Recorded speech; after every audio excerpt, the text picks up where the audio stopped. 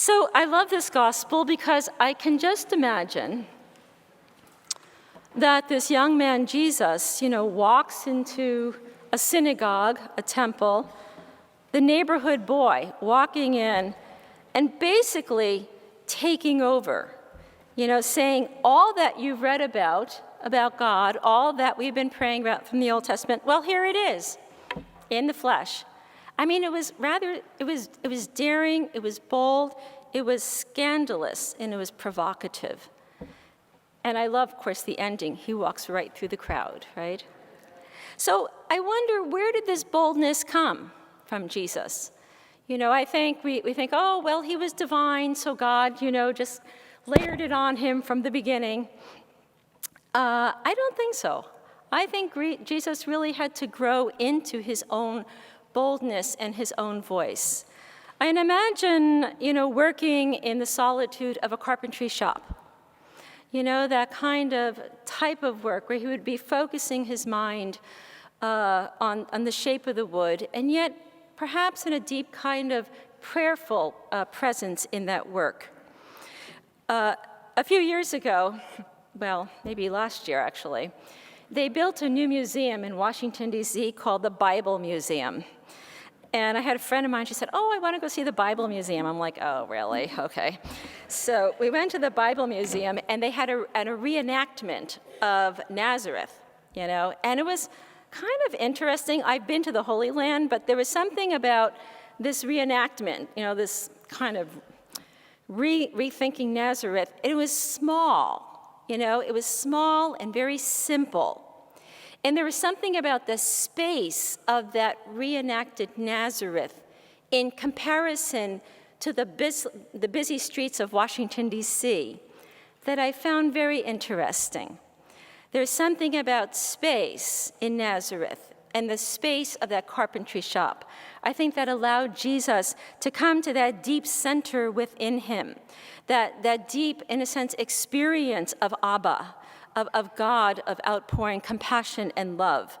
And therefore, I think he grew into that freedom as a child of God, as Son of God, as Jesus of Nazareth, in that space of inner movement into this eternal mystery of God. And he develops this, again, I think I mentioned this the other day, the spondic energy. He develops an inner energy where he can begin to live out of the center of who he truly is, and not being, in a sense, dictated by, the milieu in which he was immersed. And so he does come to a sense of this personhood, Jesus, the person. And I like that idea that Jesus is person, a transcendent personhood. I think, many of us grow up unfree in religion. And Matt mentioned this the other day. I know myself, I'm actually finishing up a book right now. The subtitle is From Cradle Catholic to Cyborg Christian.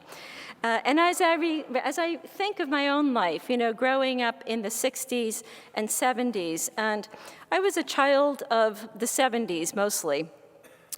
But so I was all into Woodstock, and I was into revolution was a big thing for me. A new world order, was a huge thing. I wound up going to an all-girls boarding school for high school.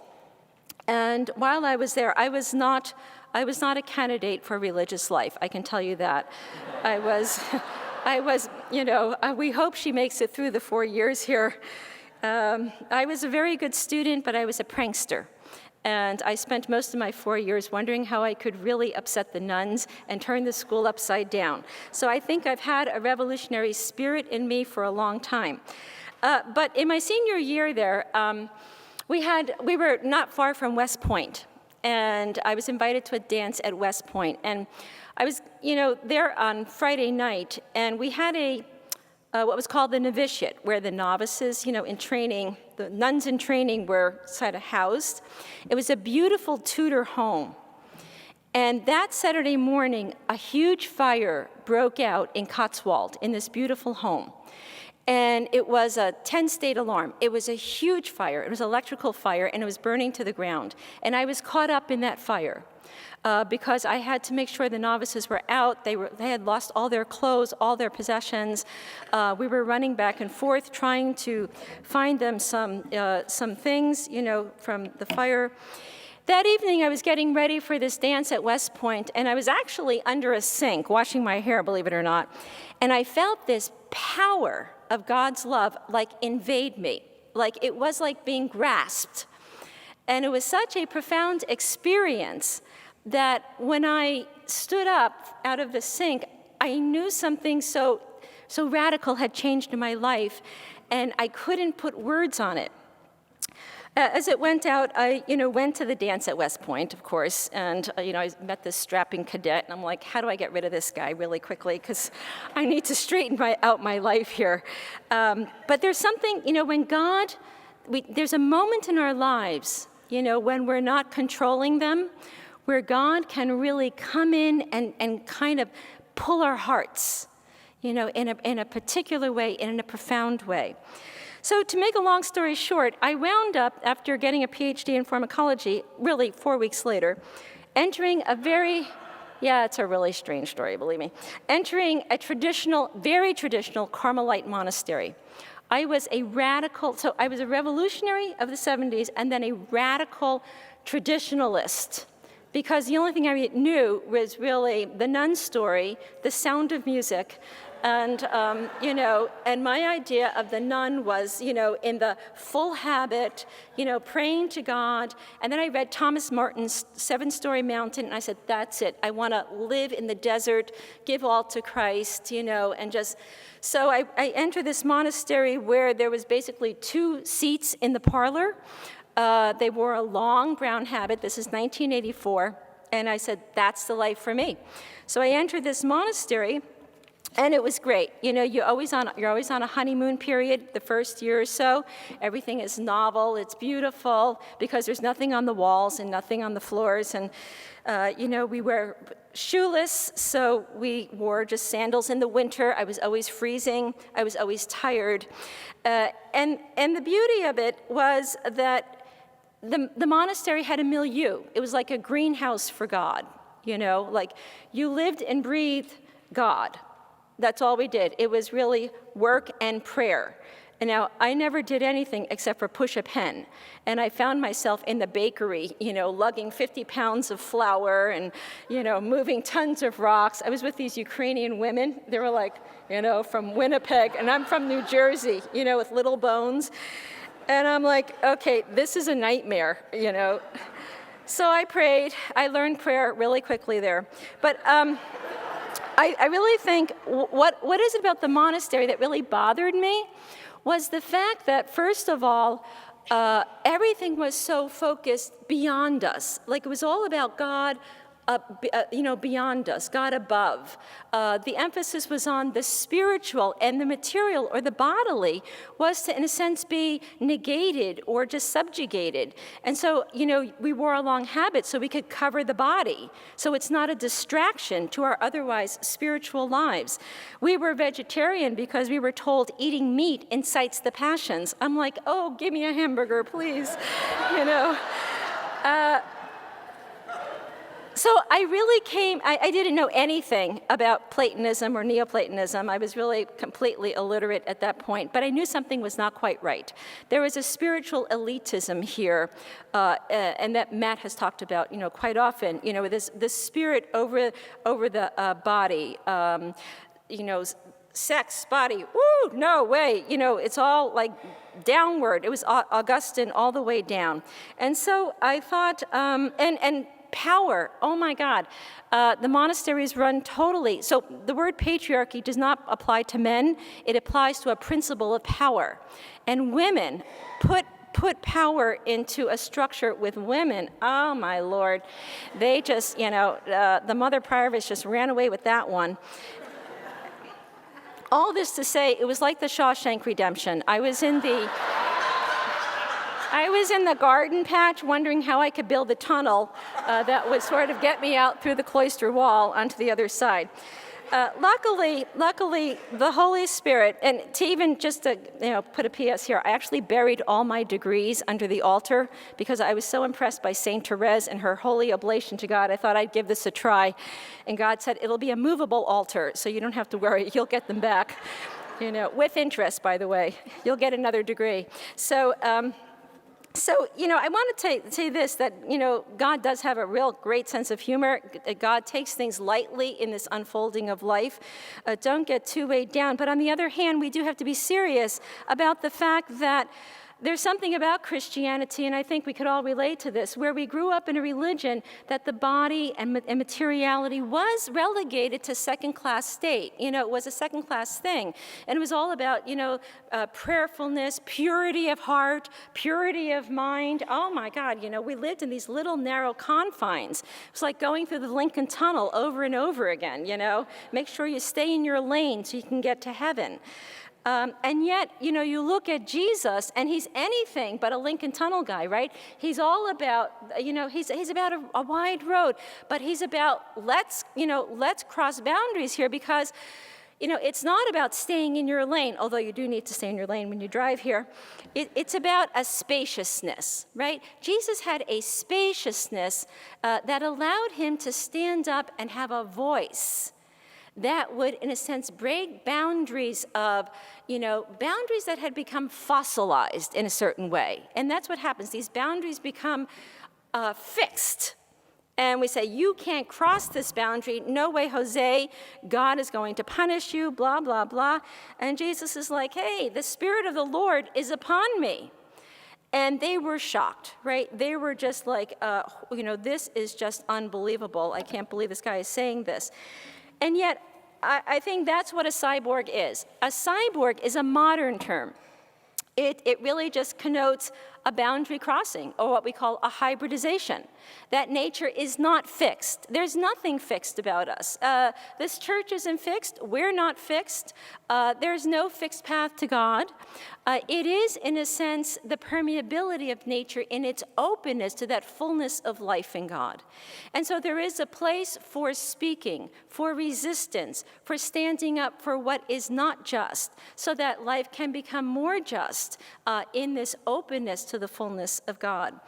So I think that we are asked, I think Jesus had to grow up, right? He didn't speak as a child, he spoke as an adult. And there's something that St. Paul writes, when I was a child, I spoke as a child, I thought as a child, but now that I am grown, I have put away my childish ways. I put aside those ways, and now I speak from a different center. I speak from a center in which I have, reflected on, which I have heard the voice of God within me. And so I think we're asked, to, in a sense, grow up into who we are, into what God is doing into our lives. And I think that, again, as we said the other day, it is that inward center. I think we look too much outside ourselves. We're looking too much outside ourselves for what's the way? What rules should we follow? Is this the right way? Is this the wrong way?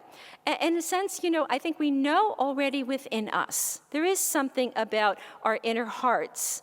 Now, not always. Sometimes we can have conflict in those hearts. They can be filled up with all sorts of stuff. And so you need a clean heart, right? You need an uncluttered heart. And so a lot of, I think in our modern times, first thing is unclutter your heart. Do a thorough room cleaning, get rid of the stuff, give it away. It's all gone, it's all over. Make space within. And then the second thing is to listen. I think Jesus really had a great ear. That sense of obedience does not mean, okay, I'm going to do what you say. It means to listen, right? Audere, to listen. Listen to what God is calling us to. I think God is already there. God is already here within us. And I think our job is to, in a sense, become entwined with that God. Like what I say, maybe like a DNA helix. God and us are like a helix together. And as we become entwined with that God, we find a new center of power. We find a new voice. And therefore, I think as we find a new voice, therefore we begin to speak. We begin to speak in the way of truth. And here's the thing, truth is costly, right? You cannot have cheap truth. No such thing, right? As Bonhoeffer says, no cheap grace, no cheap Christian life, right? It's a costly life, but it's a life when lived in freedom, trust, that when lived, in the cost of that love, in the cost of truth, in the cost of compassion, it may cost our lives, but we believe in the ultimate value of life, and that life itself will be our final goal, that death cannot vanquish us. So I think with Jesus, what I see is that he had an inner self that flowed into the outer self, and the outer world flowed into the inner world. The breath that we speak about is a single flow of breath. The breath from within flows out, the breath from without flows in. And in that way, we become icon, right? As we're looking at the icons here. We become not idols, but icons. In a sense, God is writing through our lives a new world. We became then the creativity of God's compassionate love. And that's the type of person, I think, that we're being called to in this gospel. We are called to stand up and to speak out of a breathless flow of truth of our lives. Each of us, I'd say, is a power center of divine love. Each of us is a powerful center of compassion. Each of us is a powerful center of truth. We need to be attentive to, listening to, and living out of that truth. And so I think, as I look at my own life, I think I've just learned over the years to live out of the authenticity of being loved by God. And I think that's what we don't recognize sometimes, not that just we're trying to love God, but God already loves us. That's our freedom, right? It's not that we love God, but God loves us. And if we really come to know that love, or already being loved by God, that's where we find the trust, you might say, to breathe more freely. And I think, Bonaventure had a wonderful line that, in his own way, he came to a similar insight. And it's like this: if we don't live out of the truth and in the freedom of our lives, then we will continue to bear the cost of the earth's demise, right? We sit back and we allow other systems to take over, and they're unjust systems, right? They're unhealthy systems. And Bonaventure said, look, any person who is not illumined by such great splendor in created things is blind. If you're not awakened by the great outcries around us, you are deaf. Anyone who's not led by such efforts to give praise to God is mute. Anyone who does not turn to God as a result of such signs that we see in our creation is a fool. He says, open your eyes, alert your spiritual ears, unlock your lips, and apply your heart, so that in all creatures you may see, hear, praise, love and adore, magnify, and honor your God, lest the entire world rise up against you. So this morning, my friends, I invite you to, like Jesus, live out of that deep center of love, the love that is within you, the love of already being loved, and then fly on the wings of the Spirit. Be free, be open, live in the chaos with wonder and awe, because this is an adventure of life. It's an unfolding process, and we are part of what this world will be.